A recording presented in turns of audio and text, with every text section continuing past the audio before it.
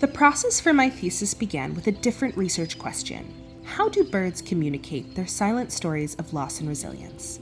This question was derived from a deep love of the environment and fueled by concern for its future.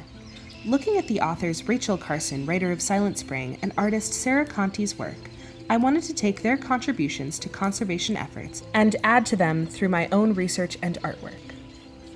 As the deeper research began, I read through The Serviceberry, Braiding Sweetgrass, and The Spell of the Sensuous, and I was introduced to the concept of reciprocity. Reciprocity is the way nature works together through a cycle of giving and taking, where everything contributes and everything receives what it needs to keep the living system thriving. This piece started by exploring creation, destruction, and repair. I wanted to think about the cycles of life and loss and how damage isn't always the end. Sometimes beauty emerges from the breaks, like a metaphor for resilience or even genetic memory. It also made me question our human impulses to fix things in nature. I painstakingly hand-built a ceramic bird, focusing on the details, which felt empowering. Then came the heartbreaking part, intentionally dropping it. I then repaired it, leaving cracks visible, mended but forever changed. The repaired bird embodies solastalgia, the feeling that even when something is fixed, it is never truly the same. It became a way to think about loss, resilience, and whether our attempts to help or repair in nature are sometimes more about our own needs than the ecosystems. Documenting this on video captured the emotional arc of creation, destruction, and repair, making the memory tangible. I was curious about children's innate connection to nature versus learned behaviors of care and respect. Would they instinctively handle a representation of a bird gently or just treat it as an object? I sculpted simple, unfired clay birds and brought them into 2 elementary art classes. I asked the students to pass the bird around, simply observing their interactions.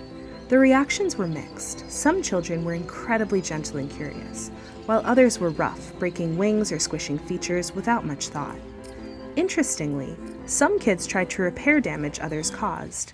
It highlighted that while curiosity may be innate, careful interaction and understanding reciprocity often needs to be taught. Video documentation was key here to capture the children's immediate, unfiltered body language and handling of the clay bird. I wanted to create a piece that visually represents the cycles inherent in bird life: migration, seasons, life and death. It's also a reflection on how we often view birds aesthetically. This process involved arranging multiple ceramic bird forms together in a circular, flowing pattern suggesting movement and continuity. While visually pleasing, this piece serves as a reminder to look beyond just the beauty. It pushes back against seeing birds merely as objects for our own enjoyment and encourages thinking about their integral role in the ecosystem and deeper meaning of reciprocity.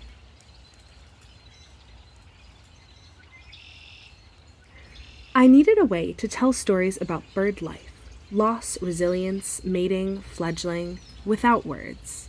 Shadows felt right for conveying these often unseen or metaphorical aspects, tapping into themes of light, dark, memory, and ephemerality. I created simple birds and environment shapes and performed narratives using a light source and screen. This required not just hand movements, but trying to embody the emotions of the story: sadness, joy, anxiety. Shadow play proved effective for these themes. The performance itself was an empathetic exercise. Video documentation was absolutely essential here. The performance only exists as fleeting shadows, so the recording preserves the narrative, the subtle movements, the emotional pacing, allowing stories to be shared and reflected upon. At this point in my research, I realized the work I was doing was unable to answer my original research question, so I changed the question to, what is the human role in reciprocity between humans and birds? This change allowed me to look through a closer lens at the actual dynamics of give and take, responsibility, and shared presence within specific human-avian encounters, rather than solely trying to interpret bird communication in isolation. This project came from thinking about the intimacy of hand-feeding birds. I wondered what would happen if that closeness was pushed, maybe feeding the birds directly from my mouth. How would that change the interaction and feeling of reciprocity? Deciding direct mouth feeding was unwise, I sculpted a ceramic face with an open mouth, filled it with seeds, coated it in wet slip to capture prints, and buried it partially in the park. Practicality meant I couldn't film the bird's reaction. The result was shocking. Instead of gentle pecking, the face was violently mangled, clawed at, the lips nearly torn off, though the eyes were untouched. It was a visceral contrast to the gentle hand feeding, suggesting that extreme closeness might break reciprocity, revealing a raw, untamed feeding drive, and perhaps serving as a warning about boundaries and assumptions. Inspired by a nest made with trash on display at the Cornell Ornithology Lab, I wanted to explore human waste productively. Could discarded plastic, crocheted into a nest, become a resource, complicating ideas of litter and reciprocity? I collaborated with an artist colleague to crochet a small hanging nest structure primarily from plastic bags and a tablecloth. We then hung it in my yard. House finches inspected it thoroughly, but ultimately rejected it. While disappointing as a functional object, the interaction was fascinating. It highlighted the bird's own agency and discernment in evaluating human materials, even repurposed waste, offering a visceral understanding of interspecies assessment. Video captured this inspection process. Nearing the end of this research project, I wanted a direct, shared experience. How could journaling, a human act, become reciprocal? The idea was to create paper with seeds embedded, allowing birds to write by eating. I made paper from scraps, embedding sunflower seeds, took it to the woods and set up a camera, and sat journaling while offering seeds. Chickadees showed remarkable trust, landing nearby and on me. They ate seeds from the paper, but so gently they left almost no mark. The experience was deeply peaceful, embodying attentive practice and coexistence, despite interruptions like an off-leash dog. Video was crucial here to capture the quiet atmosphere, the subtle interactions, the bird's tentative trust, and the shared presence that paper alone could not show. Building on the first co-journaling, I wanted to shift my own creative output from writing to visual art, still alongside the birds.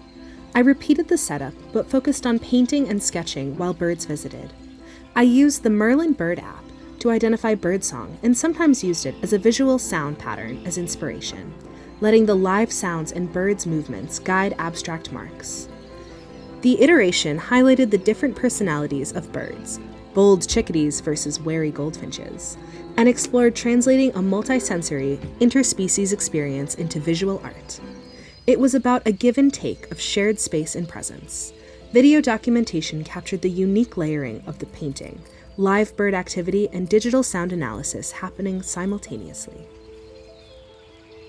Through these experiments, using ceramics, performance, and observation, I sought to better understand our complex relationships with birds and the meaning of reciprocity in a shared world.